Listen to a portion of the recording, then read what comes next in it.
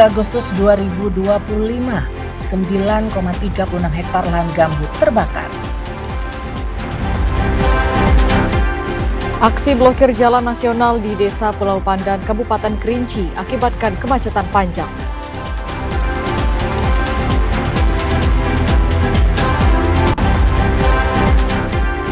Terdapat 47 kasus DBD di Kabupaten Muaro Jambi.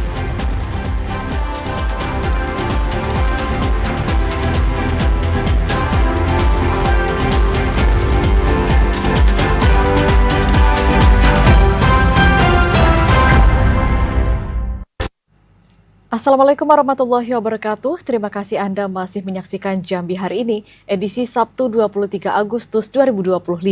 Selain 3 berita utama tadi, redaksi kami juga telah menyiapkan sejumlah informasi penting dan menarik lainnya untuk Anda. Bersama saya Miki. Dan saya Septinita, inilah Jambi hari ini selengkapnya.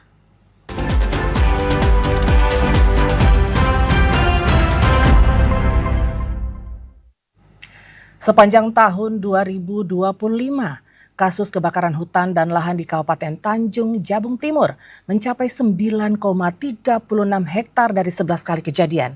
Kecamatan Geragai menjadi penyumbang kasus terbanyak.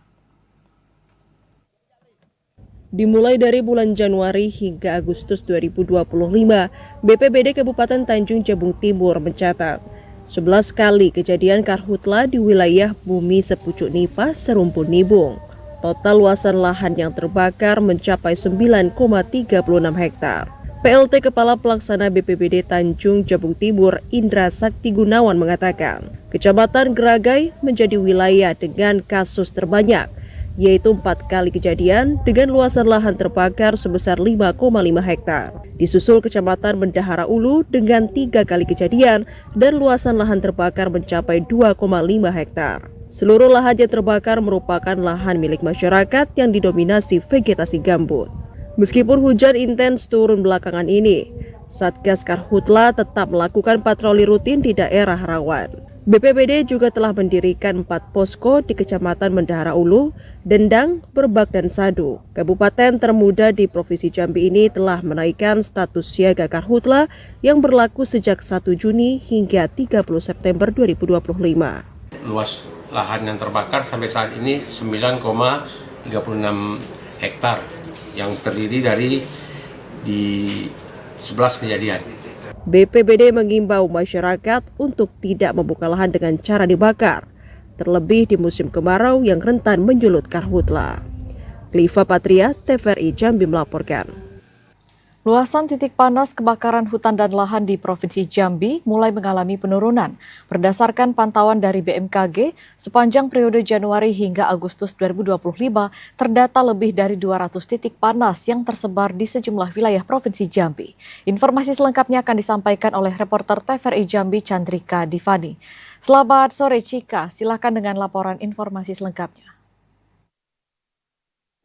Ya baik, selamat sore saudara. Memang memasuki puncak musim kemarau pada bulan Agustus sampai dengan awal September yang diprediksi oleh BMKG ini, memang sejumlah faktor lingkungan masih terus menjadi perhatian serius bagi pemerintah Provinsi Jambi. Di mana meskipun curah hujan juga sudah sempat turun di beberapa wilayah di Provinsi Jambi, seperti pada hari ini diperkirakan akan terjadi di Kecamatan Alam Barajo, Kota Jambi dengan intensitas ringan, akan tetapi pihak daripada pemerintah Provinsi Jambi khususnya BPBD serta BMKG dan juga tim Satgas Karhutla Provinsi masih terus melakukan siaga ataupun juga patroli untuk melakukan pengawasan daerah-daerah yang rawan berpotensi terjadinya karhutla, di mana dengan terjadinya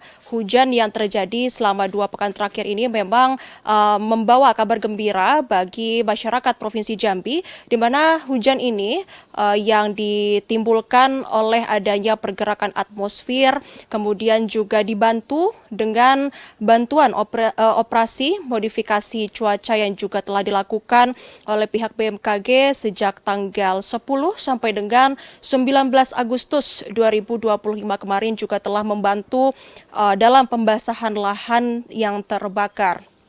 Adapun memang saudara kami informasikan bahwa untuk jumlah titik panas pada saat ini di Provinsi Jambi berjumlah 293 titik yang mana baru saja ditemukan 10 titik panas baru pada pertengahan hingga akhir Agustus ini. Dengan rincian 10 titik panas ini diantaranya 1 titik panas di Kabupaten Batanghari, kemudian 1 titik panas di Tanjung Jabung Timur dan Tanjung Jabung Barat, serta terdapat juga 5 titik panas di Kabupaten Batanghari. Kemudian yang menjadi perhatian serta fokus daripada pemerintah yaitu di Desa Gambut Jaya, Kabupaten Muaro Jambi, di mana memang pemerintah setempat lebih berfokus untuk mengimbau kepada masyarakat untuk tetap menjaga kelestarian lingkungan dengan tidak membuka lahan dengan cara dibakar, kemudian tidak membuang puntung rokok sembarangan, serta menjaga kebersihan daerah sekitar. Dan kami informasikan juga pemirsa, meskipun hujan masih akan terjadi dengan intensitas ringan, namun karena memang mengingat prediksi dari BMKG bahwa musim kemarau di Provinsi Jambi diperkirakan masih akan terjadi sampai dengan akhir Agustus sampai dengan awal September ini, maka memang masyarakat diminta untuk lebih berhati-hati dan turut mendukung daripada program dari tim Satgas Karhutla ini untuk sama-sama melaporkan apabila ditemukan pelaku ataupun juga tersangka yang melakukan tindakan pembakaran hutan secara sembarangan yang dapat memperparah keadaan karhutla pada saat ini. Demikian laporan yang dapat kami sampaikan, kembali ke studio. Terima kasih Cika atas laporan Anda. Selamat sore dan selamat bertugas kembali. Beralih ke informasi lainnya, saudara, 4 bedeng pada kawasan padat penduduk di kota Jambi ludes terbakar, diduga akibat sambaran api dari kompor. Akibat kejadian ini, seorang penghuni rumah mengalami luka bakar.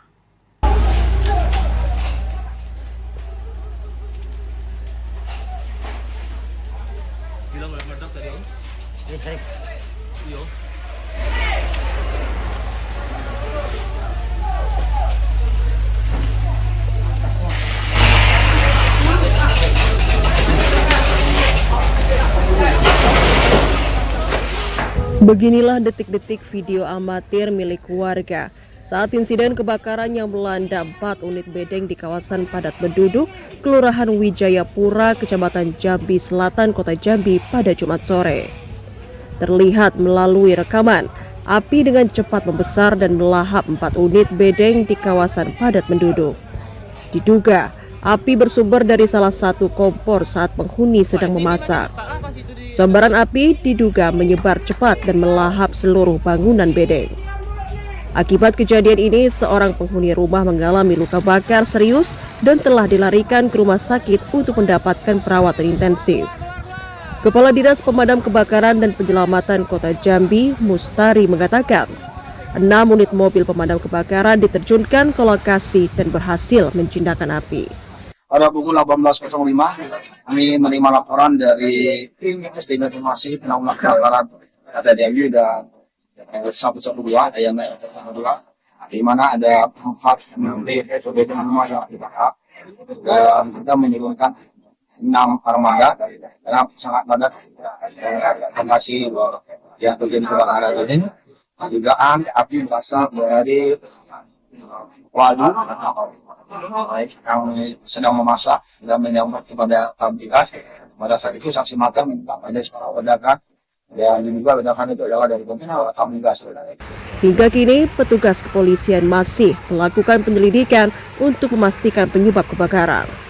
Warga diimbau untuk lebih waspada dan berhati-hati, terutama saat menggunakan peralatan masak di dalam rumah. Asyar, TVRI Jambi melaporkan. Aksi blokir jalan nasional di Desa Pulau Pandan, Kecamatan Bukit Kerman, Kabupaten Kerinci menyebabkan kemacetan panjang. Ratusan kendaraan terjebak setelah warga menutup akses jalan sebagai bentuk protes atas penangkapan 7 orang kerabat mereka.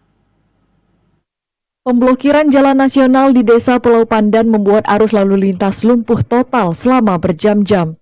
Kendaraan dari 2 arah tidak dapat melintas, sehingga mengganggu aktivitas masyarakat di kawasan tersebut.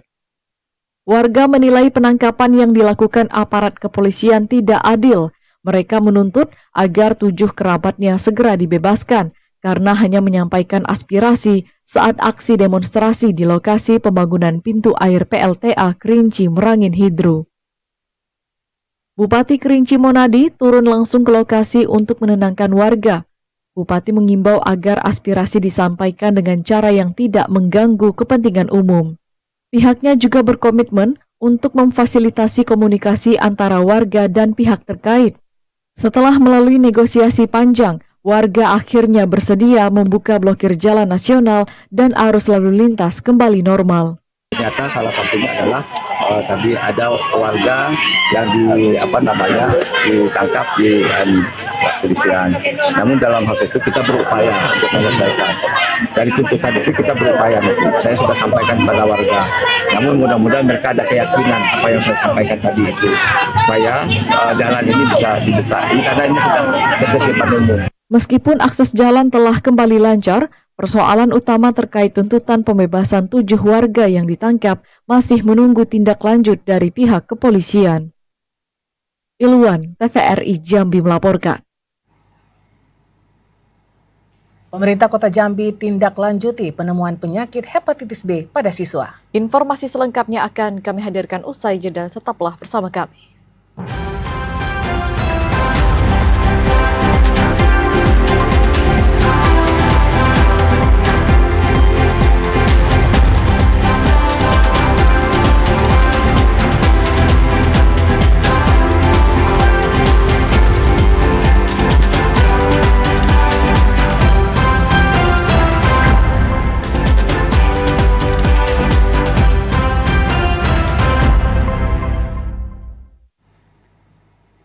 Terima kasih saudara, Anda masih bersama kami di Jambi hari ini. 160 siswa di SMP Negeri 4 Kabupaten Merangin mengikuti cek kesehatan gratis yang diselenggarakan UPTD Puskesmas Pematang Kandis. Berbagai pemeriksaan fisik hingga tes psikologis dijalani dengan antusias oleh para murid. Dinas Kesehatan Kabupaten Merangin melalui UPTD Puskesmas Pematang Kandis menggelar cek kesehatan gratis di SMP Negeri 4 Merangin. 160 murid mengikuti serangkaian pemeriksaan kesehatan, mulai dari pengukuran berat dan tinggi badan, pemeriksaan hemoglobin dan tekanan darah, pemeriksaan gigi, telinga, mata, hingga tes kesehatan mental dan emosional. Mereka dilayani oleh 12 petugas kesehatan yang terdiri dari dokter, bidan, dan perawat. Khusus bagi siswi, juga diberikan tablet penambah darah untuk mencegah anemia. Memang benar-benar pelaksanaan CKG ini dari anak sekolah kelas 1. Kalau anak SD kelas 1, SMP kelas 7, SMA kelas 9. Itu memang diperiksa. Kalau menurut program itu 100% yang harus kami laksanakan, Pak ya. Guru SMP Negeri 4 Merangin, Liza Devita Heri mengatakan, pihak sekolah menyambut baik program ini karena dinilai bermanfaat untuk mengantisipasi penyakit secara dini yang dialami remaja. Sosialisasi kepada wali murid juga telah dilakukan sebelum pemeriksaan dimulai. Jadi di kelas 7 bisa mendeteksi mungkin ada penyakit-penyakit yang ada pada siswa, kan?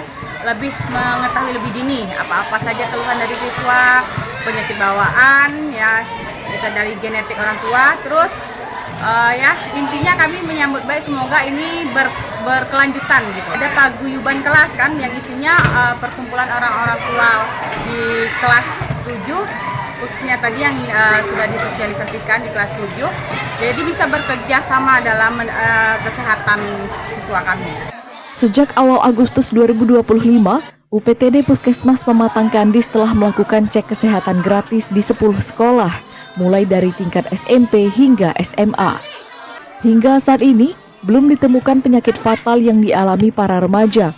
Namun, beberapa siswa terdeteksi mengalami gigi berlubang dan telah mendapatkan edukasi untuk menjaga kesehatan mulut. Selain itu, ditemukan pula beberapa anak yang mengalami gangguan mental dan emosional. Mereka telah mendapatkan bimbingan agar kondisinya lebih stabil untuk bersosialisasi di lingkungan sekolah. M. Sobar, TVRI Jambi melaporkan. Ratusan siswa SMP Negeri 3 Muara Bungo menjalani program cek kesehatan gratis. Dari hasil screening, ditemukan sejumlah masalah kesehatan pada siswa, terutama pada gigi, telinga, dan mata. Program cek kesehatan gratis di SMP Negeri 3 Muara Bungo melibatkan 245 siswa kelas 7 yang terbagi dalam 7 rombongan belajar.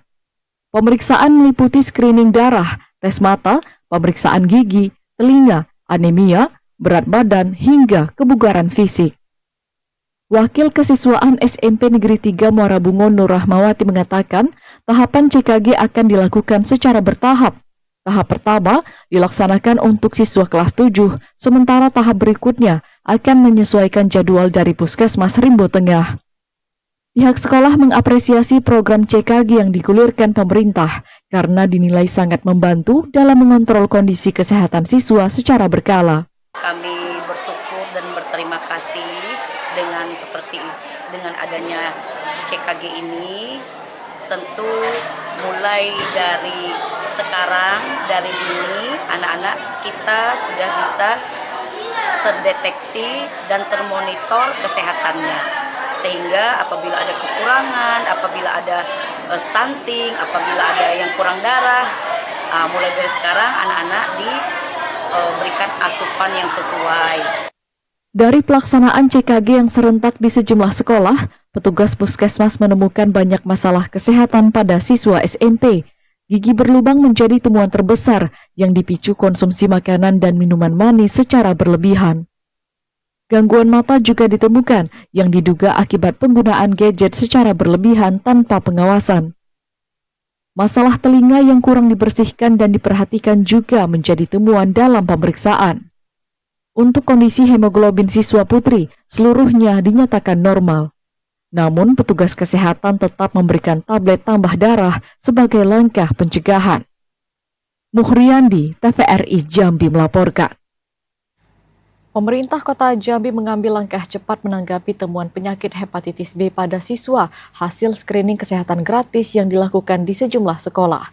Dinas Kesehatan akan segera melakukan penyuluhan untuk mencegah penularan penyakit tersebut.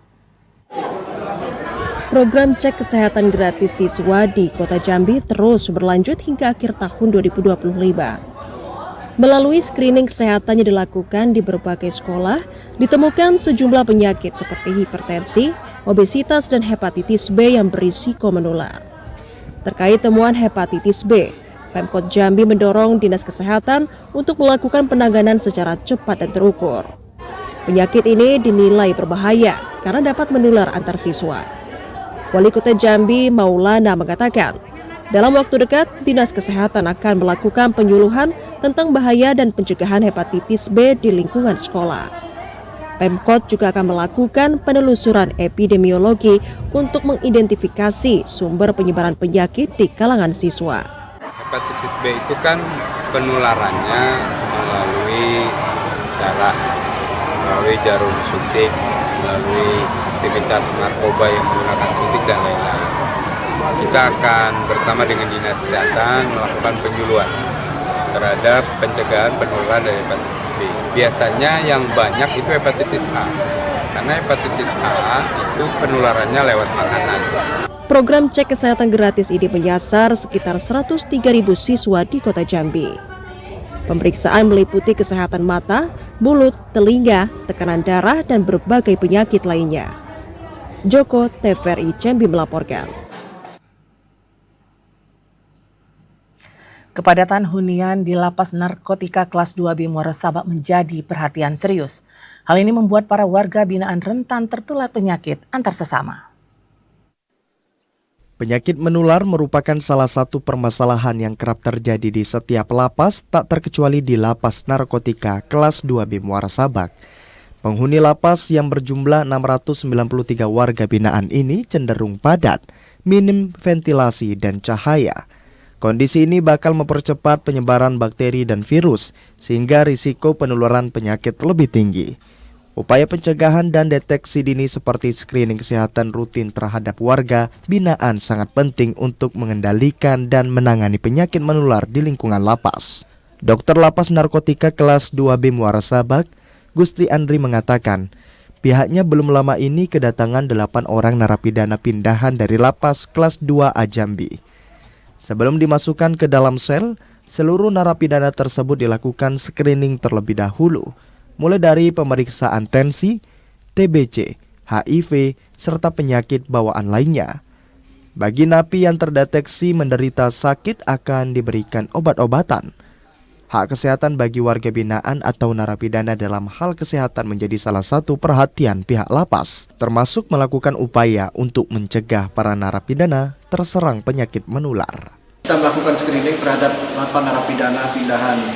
Di sini screening yang kita lakukan meliputi screening kesehatan, kemudian screening penyakit menular seperti penyakit TBC, penyakit HIV, penyakit hepatitis C, kemudian kita screening penyakit penyerta dan screening ASIS, yaitu kita screening untuk mengikuti program rehabilitasi. Meski telah dilakukan screening terhadap 8 narapidana yang baru masuk, tetap akan dilakukan pemantauan dalam beberapa hari ke depan. Warga binaan juga diberikan edukasi mengenai bagaimana penularan penyakit, pencegahan, serta pentingnya menerapkan gaya hidup sehat guna menekan risiko penyakit. Khalifa TVRI Jambi melaporkan. Saudara, kasus demam berdarah denggi di Kabupaten Muaro Jambi mencapai 47 kasus. Meski belum ada kasus kematian, masyarakat diminta untuk meningkatkan kewaspadaan melalui pola hidup bersih dan sehat. Kasus demam berdarah denggi DBD di Kabupaten Muaro Jambi masih terus ditemukan di setiap bulan. Berdasarkan data Dinas Kesehatan setempat, terhitung sejak Januari hingga Juli 2025 telah terdeteksi sebanyak 47 kasus DBD, seluruhnya tanpa kasus kematian. Kasus tertinggi terjadi pada bulan Januari dan Maret dengan lebih dari 10 kasus per bulan. Wilayah kerja Puskesmas Kasangpudak menjadi daerah paling waspada dengan total 14 kasus DBD. Kepala Dinas Kesehatan Muaro Jambi Afif Udin mengatakan, temuan kasus di setiap bulan menjadi peringatan dini bagi semua pihak. Masyarakat diminta untuk meningkatkan kewaspadaan melalui tindakan pencegahan, seperti menerapkan pola hidup bersih dan sehat, gerakan satu rumah satu kadar jentik, serta memastikan tidak ada genangan air di lingkungan perumahan. Diharapkan dapat memutus perkembangan nyamuk penyebab DBD. Updating data informasi dari lapangan, apakah berapa obat yang masih perlu harus disupport dari kabupaten. Yang jelas terkait dengan logistik dalam hal ini obat-obatan tetap kita siagakan di gudang farmasi Kabupaten Muaro Jambi yang suatu-suatu nanti akan ada kebutuhan yang melebihi atau meningkat, dipastikan akan segera didistribusi. Kelembaban udara di Kabupaten Muaro Jambi menjadi salah satu indikator perkembangan nyamuk DBD. Di sisi lain, kesadaran masyarakat dalam menjaga pola hidup sehat serta kesiapan puskesmas dalam menangani pasien terinfeksi DBD dipastikan telah siap. Azam Afnan, TVRI Jambi melaporkan. Saudara, usai jeda kami akan kembali dengan sejumlah informasi penting dan menarik lainnya. Di antaranya semarakan HUT RI, pemerintah Provinsi Jambi menggelar Jalai Santai berhadiah.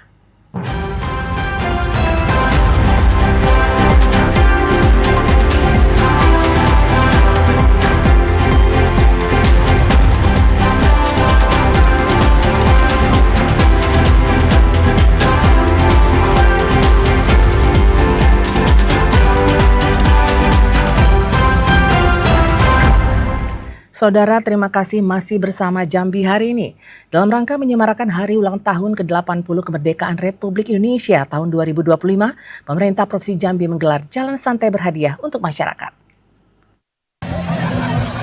Kegiatan yang dipusatkan di lapangan kantor Gubernur Jambi ini dibuka secara resmi oleh Gubernur Jambi Al-Haris pada Sabtu pagi. Al-Haris menyampaikan, Jalan Santai ini merupakan bagian dari upaya Pemprov Jambi untuk menggelorakan semangat masyarakat dalam mengisi kemerdekaan. Hubungan yang harmonis antara pemerintah dan masyarakat merupakan kunci dalam mendorong percepatan pembangunan daerah menuju Indonesia Emas 2045. Melalui kegiatan ini diharapkan dapat memberikan kebahagiaan dan kesempatan bagi masyarakat untuk berpartisipasi dalam perayaan nasional. Selama acara berlangsung, berbagai kegiatan lainnya juga digelar, mulai dari senam sehat bersama hingga pemeriksaan kesehatan gratis yang seluruhnya dipusatkan di lokasi yang sama. Karena itu tetap kita semangat terus bahwa perjuangan ke depan tentu mengisi kemerdekaan kita. Bersama-sama berkolaborasi membangun negeri ini dari semua sektor. Ya, dari vertikal yang di Jambi semuanya ikut menyumbangkan tenaga pikirannya dalam rangka untuk membangun Jambi ini. Jalan santai ini menjadi rangkaian penutup peringatan HUT ke-80 Republik Indonesia di Provinsi Jambi. Rendy Arta, TVRI Jambi melaporkan. Pegawai pemerintah dengan perjanjian kerja P3K tahap kedua di Kabupaten Batanghari resmi dilantik. Prosesi pengambilan sumpah janji kepegawaian dipimpin langsung oleh Bupati Batanghari Muhammad Fadil Arif. 1.742 pegawai pemerintah dengan perjanjian kerja P3K tahap kedua di Kabupaten Batanghari resmi dilantik pada Jumat malam. Prosesi pengambilan sumpah janji kepegawaian dipimpin langsung oleh Bupati Batanghari Muhammad Fadil Arif di lapangan alun-alun Batanghari yang dikemas secara meriah. Dalam momentum pelantikan ini, Bupati Batanghari mengatakan penambahan P3K di lingkungan Pemkab Batanghari diharapkan dapat memperkuat kinerja pemerintah daerah dalam melayani masyarakat. Seluruh P3K yang baru dilantik diminta untuk bekerja dengan semangat, disiplin, dan amanah, serta menjadi teladan di tengah masyarakat. Hal ini dianggap penting untuk mendukung setiap program pembangunan yang telah disusun pemerintah daerah sesuai dengan visi misi Batanghari Super Tangguh. Kemudian dalam bekerja juga begitu, bagaimana kita dapat rezeki yang berkah. Ini pas momen ulang tahun kemerdekaan Republik Indonesia yang ke-80, bahwa kita sempat dijajah bangsa lain dengan waktu yang sangat panjang, kemudian diperjuangkan oleh pejuang-pejuang pendahulu kita sehingga kita dapat merdeka. Kemudian perintah agama, apapun agamanya. Sementara itu, usai prosesi khidmat pelantikan, Bupati Batanghari bersama istri turut menyalami ribuan P3K yang baru dilantik sebagai bentuk penghargaan atas amanah yang diemban. Di sela kegiatan ini, berbagai penampilan musik, tarian, hiburan tabola bale, hingga letusan kembang api ke langit alun-alun Batanghari menjadi penutup yang spektakuler. Ade Juniawan, TVRI Jambi melaporkan.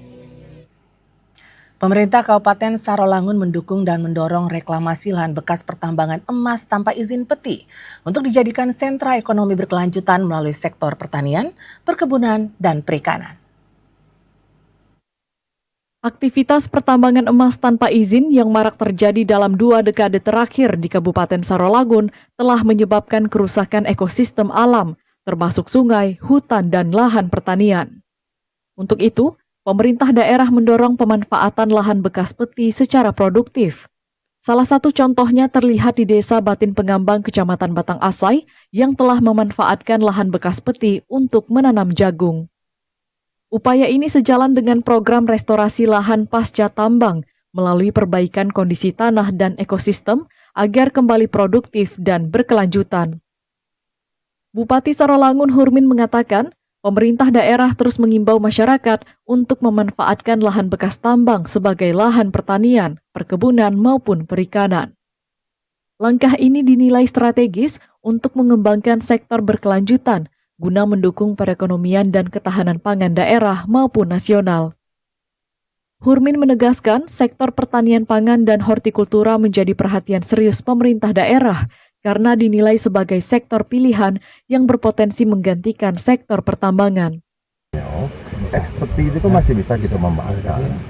Misalnya yang jagung, ada juga yang di situ nanti sawah, sawit juga masih bisa. Kolam. Nah, itu kita berpikir negatif semua yang kayak gini ya kan. Artinya tinggal cara pengelolaannya. Sama-sama kita mendorong jadi kawasan, reklamasi dia. Nah, itu salah satu contohnya. Seperti ini gitu Pak hari ini. Sama-sama. Kita saksikan hari ini. Bukan katanya kita saksikan sama-sama. Bupati Sarolangun Hurmin memberikan apresiasi kepada desa-desa yang telah memulai pemanfaatan lahan bekas peti menjadi lahan produktif. Diharapkan pemanfaatan lahan terus berkembang dan dilakukan secara berkelanjutan agar memberikan dampak ekonomi nyata bagi masyarakat dan daerah.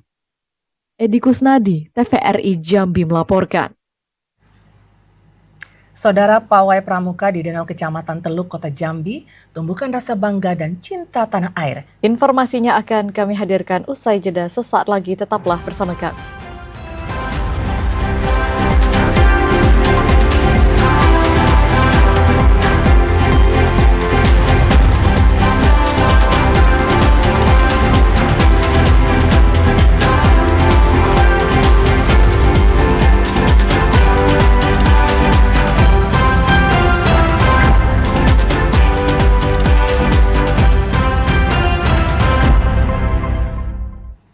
Anda kembali bergabung bersama kami di Jambi hari ini. Jaksa Penuntut Umum Kejaksaan Tinggi Jambi melimpahkan 3 berkas perkara dugaan korupsi investasi dan modal kerja perusahaan pengelolaan kelapa sawit ke Pengadilan Tipikor Jambi. Dalam kasus ini, negara dilaporkan mengalami kerugian hingga 105 miliar rupiah. 3 tersangka yang telah dilimpahkan yakni WE, VG, dan RG. Mereka diduga melakukan tindak pidana korupsi dengan cara memanipulasi dokumen pengajuan pinjaman di salah satu bank BUMN pada tahun 2018 hingga 2019.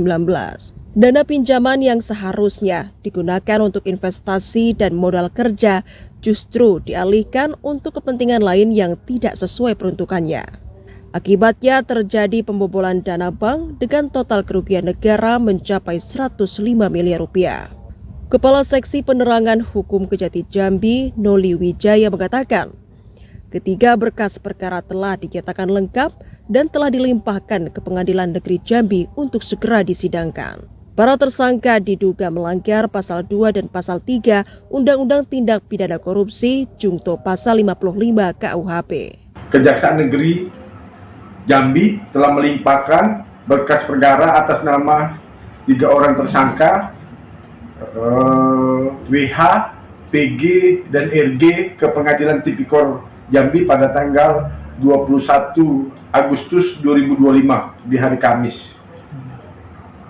Saat ini Kejaksaan Negeri Jambi menunggu penetapan jadwal sidang. Kejaksaan Tinggi Jambi menegaskan, penanganan kasus ini akan dilakukan secara profesional, transparan, dan akuntabel demi menegakkan hukum yang berkeadilan. Asyar, TVRI Jambi melaporkan.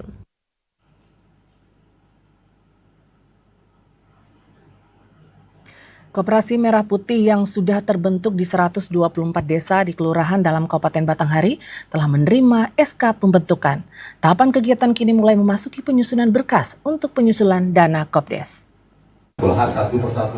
Setelah menerima SK pembentukan Kopdes Kelurahan oleh 124 desa kelurahan yang ada di Batanghari, saat ini pihak Kopdes tengah menyusun berkas untuk usulan terhadap pendanaan operasional maupun pinjaman modal usaha bagi pelaku usaha. Hal ini diungkapkan Kepala Bidang Koperasi Dinas Perdagangan Koperasi dan UKM Batanghari Idrus. Tahapan ini perlu dilakukan guna menyelaraskan aturan yang telah ditetapkan pemerintah terkait tujuan dari keberadaan Kopdes kelurahan itu sendiri, yakni memperkuat perekonomian masyarakat secara mandiri. Sesuai ketentuan, nantinya proses peminjaman akan melibatkan sejumlah perbankan yang tergabung dalam Perhimpunan Bank Negara atau Himbara. Ada, tapi dalam konsep, karena kita masih menunggu regulasi, penyelarasan regulasi dari beberapa menteri seperti Menteri Koperasi, Menteri Dalam Negeri, Menteri Pangan, kan sekarang kita belum ada. Ada itu kan baru Kemendes dengan PMK-nya. Kita tunggu sambil menunggu itu, kita sarankan pada masa segera untuk membuat proposal. Sementara itu, Idrus juga mengatakan pemerintah daerah tengah menunggu sejumlah regulasi yang disusun pemerintah pusat untuk menyelaraskan peraturan tentang tujuan pelaksana Kopdes Kelurahan, mulai dari pengembangan potensi usaha serta penguatan ketahanan pangan yang ada di desa dan kelurahan. Adi Juniawan, TVRI Jambi, melaporkan. Koperasi Merah Putih di Desa Nyogan menjadi solusi pemenuhan kebutuhan warga pedesaan. Tidak hanya dekatkan akses belanja, koperasi ini juga membantu mengendalikan harga kebutuhan pokok. Berlokasi di Jalan Jambi, Sungai Bahar, Gedung Koperasi Merah Putih telah direnovasi dan akan dilengkapi dengan gerai kebutuhan masyarakat. Dari target 4 unit usaha, saat ini koperasi telah menyediakan pupuk pertanian bagi warga. Ketua Koperasi Ori Eka Putra menyampaikan ke depan jumlah gerai akan terus ditambah untuk memperluas manfaat dan meningkatkan ketahanan ekonomi masyarakat.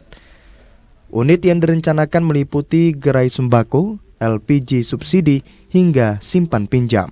Dari target 2.500 keanggotaan, Koperasi Merah Putih menargetkan sedikitnya 1.000 anggota bergabung pada tahun 2025. Usaha kami itu pupuk, Pak, karena memang kami membaca dari potensi desa kita, Pak. Artinya potensi desa kita ini memang itu perkebunannya, Pak. Berarti salah satu pupuk ini menjadi kebutuhan nanti, Pak. Itu harapan kami.